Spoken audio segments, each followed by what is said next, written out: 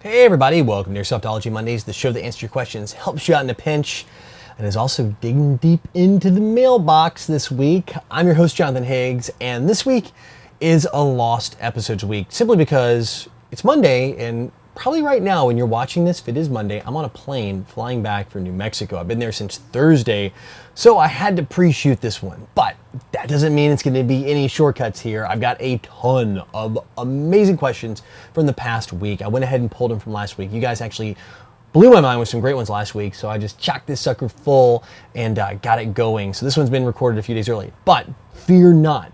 Last week, I'll still be pulling some questions from the previous episode and this one too. So we're back to normal. So if you asked questions last week or this week, make sure to keep doing that. Make sure to put them below here. So aside from that, like I said, I'm just getting back from Copperhead, so things are going on. But I do have some good news. I have got a new patch. That's right here. A new patch is in the patch store, and this one is very close to home. You guys know I have a corgi. I have a corgi, Chloe, and you've probably seen if you follow my Instagram, which is just Airsoftology on Instagram. If you don't, you really should. I put a photo up not too long ago of her wearing her little tack vest I bought her, and I decided to make a corgi patch. So that is what we have now. It's my tactical corgi, Chloe, has her own patch, and it's on sale in the store, like all my patches are. $8, shipped anywhere worldwide, free shipping. So if you guys are interested in supporting the show, and this really does help a ton in supporting the show with the patches, definitely head over there, check it out, and I'll have a link that'll pop up right over here. It's actually airsoftology.com/store, or I always do have a link in the description below. But enough of me trying to sell some patches to you guys. Let's jump right on in. We got a ton of great questions this week in the Palco mail call. Airsoft with Flask writes, "Hello John, I'm an amateur Airsoft YouTuber, but at the moment only have one camera to film with and can't afford another one. Is this enough to get a decent amount of footage, or do I have to urgently get another camera?" Actually, here's my thought on equipment. Storytelling comes first. So if you're good at playing, you've got whatever camera you have. It doesn't have to be a GoPro, what you said here in the question. You do have a GoPro.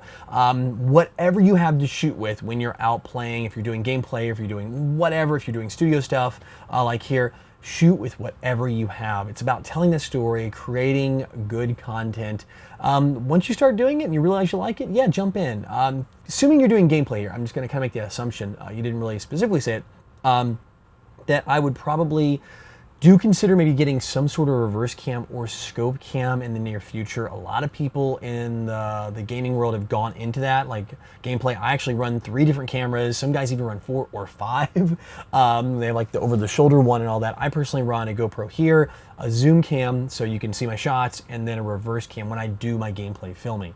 I have all 3 of those angles to kind of use and stitch in. But that said, for the longest time, I ran one camera right up here in my head, and it was just fine. Again, as long as you tell a great story, edit it really nice, and you just continue to improve and practice, you'll be fine with one, no problem. Metzinzi writes, "Hey Jonathan, do you think Airsoft outfits and loadouts will change in the more futuristic, like any specialists in Black Ops 3 or Halo?" Funny you mention that, because I just played the GamePod game where I actually was wearing the Galactic armor, which is very futuristic. I think as for everybody's loadout, I see a lot of kind of wasteland, kind of Fallout-ish type loadouts. I see some of those out there, but for the most part, most people are running modern military stuff. The reason is we want to look. I mean, we want to, kind of look the part, play the part, and use something that's functional. As much as I love that armor, it was super cool.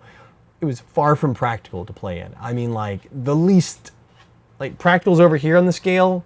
Like impracticals here, it was way down somewhere in this area. I mean, my field of vision was like the slit, and like it got in the way of shoulder. I could get into it on, and I'll talk about it later on another show. But I think it's super cool. I think it's fun. Will it take over and everybody that be that way? I don't think so. I think as it'll always primarily be either casual clothes like jeans, t-shirts, and all that for indoor pickup stuff and skirmish games, or modern military or recent military is going to be prevalent. I don't think you're going to see things that are a whole game, a whole skirmish at a field where everybody's running futuristic loadouts. I just don't see that as something happening, just because of trying to get that stuff's hard to find. You have to pretty much build it yourself or go buy, the stuff from like Ryan Flowers, who makes the Galactic armor, to do a game where it's all those things. It's just really challenging when you can just go to a surplus store or go online and buy modern military stuff. The Fictionic writes, could you explain to your viewers why a sniper is not a good starter gun?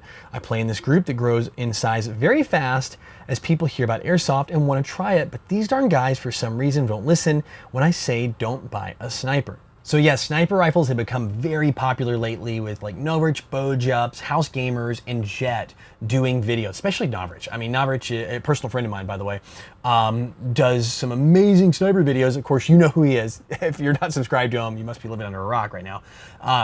But yeah, it's made the sniper rifle an extremely popular starter gun. People see the videos, they're like, I want to go do this. And they don't realize that it does take a long time. I mean, Novrich himself had been playing for 10 years, 9 years.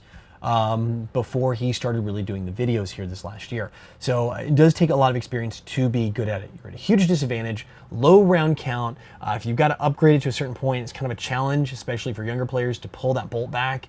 If you're using a spring sniper rifle, there's a lot of negatives to using a sniper rifle. And then you have to carry a sidearm with you, like, well, this guy, to make sure you have something to back up when somebody gets within your engagement distance. Yeah, it really is. And if you guys are brand new to this, I tell people all the time, I used to tell people in the shop, when I used to visit, National Airsoft was my local shop, I used to hang out there all the time, and people come in, I want to get a sniper rifle. I'm like, consider an AEG first, maybe. Ease yourself in, because especially you're going to be so outgunned. Try it out, see if you like the hobby. Then you can move into the specialty stuff and have that sniper rifle. So yeah, I agree 100%. I think personally, as a starter gun, it's not the best choice. It's not even in my top 10 list of best choices to get you going into Airsoft. But yeah, as you move on, you start to get out of that very newbie level and you start to love the hobby and learn about it. Yeah, go ahead and grab one then. Have some fun, enjoy it. Jake Bestwick writes, hey John, I was wondering if you think that having a more expensive gun boosts confidence. Big hey from the UK. You know, in a way it does, but I'm gonna kind of touch on two sides of this. Having an expensive fancy gun does boost confidence, I think, because it's just, it's expensive, it's fancy, it looks cool, and let's face it, we all kind of like to show off our cool stuff. That's the reason people buy flashy cars. They can drive fast and they can show off to their buddies and friends and, go show off their fancy cars. Same thing goes with Airsoft, right? Having a cool, expensive gun is cool and neat, and it does kind of like a little status symbol in this hobby. I mean, every hobby, it's like, if you have golf, it's your golf clubs. If you're into cooking, it's the pots and pans you use, or the utensils, or that really expensive chef's knife you have. So every single hobby out there, everyone, or sport, has kind of that hierarchy of how cool is your gear. I mean, like I'm shooting on a camera right now, and the camera industry is notorious for, okay, what are you running? Oh, that's a 5D Mark III. Okay, well, I've got the 1DX. I'm getting into my Canon stuff right now. But yeah, so that's kind of my thing in Airsoft. So does it make you feel a little better and boost some confidence? Sure. Does it necessarily give you an advantage? It could. If you buy a really good gun, they're a lot more reliable. They typically have better internal parts. They typically are going to be more crisper on their shooting, feel better, and smoother. So it can give you a little physical advantage too by making that investment. Now, does that mean a non-expensive gun is not going to make you competitive? Absolutely not. I took a combat machine to Operation Irene last year and ran a combat machine gun for that whole game, and I did not for even a second feel undergunned. So whether you have a $130 all plastic gun or you're running a solid metal $500 base gun with another $500 of upgrade parts in it, will there be a little bit of difference? Yes. But you playing and having fun is the bottom line. But back to your thing, I think, if you like nice things, having something nice is probably going to boost your confidence a bit. Mr. Cat Crab Music writes, at the field I go to, there's a squad of guys who use some 3M respirators as a mask and just smoke the field. Is it safe or practical to use a respirator? I think a lot of people are doing the mask thing because of the video game The Division. I think that's become popular. Using a respirator like that is fine. It's designed to be breathed through. It's okay. I think under heavy running, if you're not used to it, it can restrict a little bit of airflow. So if you're not used to being in shape, then I would maybe concern myself a little bit with it, but I don't think it's gonna be that big of a deal. I mean, like I said, it can restrict a little bit. Now the tactic they're using, they're throwing smoke grenades everywhere, they're using that so they just don't suck in a ton of smoke. I guess that's valid. Now keep in mind, smokes like Enola Gay are non-toxic. Those are fine. The EG-18s and all those that they have are non-toxic smoke. I mean, yeah, they might burn you a little bit, and they make you cough a little bit, but they're not gonna kill you or hurt you or anything like that. But to have that as an advantage, throw a bunch of smoke out like that, they can breathe a little easier and work through it. hey, it's a good tactic, I guess, if your field allows it. But back to the full question about respirators, you know, it's probably more of a stylistic look than anything, and they're probably not going to cause any problems at all. Well guys, that's it for questions this week, which means it is time for the Code Red Headset's video recommendation of the week. In fact, I'm actually wearing their shirt today, which is crazy. I actually went down there and shot some videos, did some reviews and stuff, and came home with a t-shirt. Kind of worked out all right. But I wanted to share this one with you. This one's from Dials46. He's actually a buddy of mine. I haven't talked to him in a while. I need to give him a phone call, actually. He runs Intrigue Airsoft in kind of the Midwest area of the United States. It's great field, but he goes out and plays, and he's really good at doing some funny videos. So I'm not 100% sure if this is real or if this is a troll video. So I'm gonna assume it's a real video, even though I know Dials pretty well. He can be pretty subtly and awesomely trollish, but I just couldn't resist watching the meltdown and the worst sportsmanship possible on an airsoft field. In fact, he catches 2 occurrences in this video. So it's not more about the gameplay, it really is. In fact, the title of the video is called How Not to Act Playing Airsoft. I would like to think he caught these crazy people in the wild. Just watch the video if you want to see someone just literally destroy their airsoft gun on camera, like in a fit of rage. It is probably the better of the rage quits I've seen. In fact, playing online games, you probably heard a rage quit and you imagine this is what it looked like.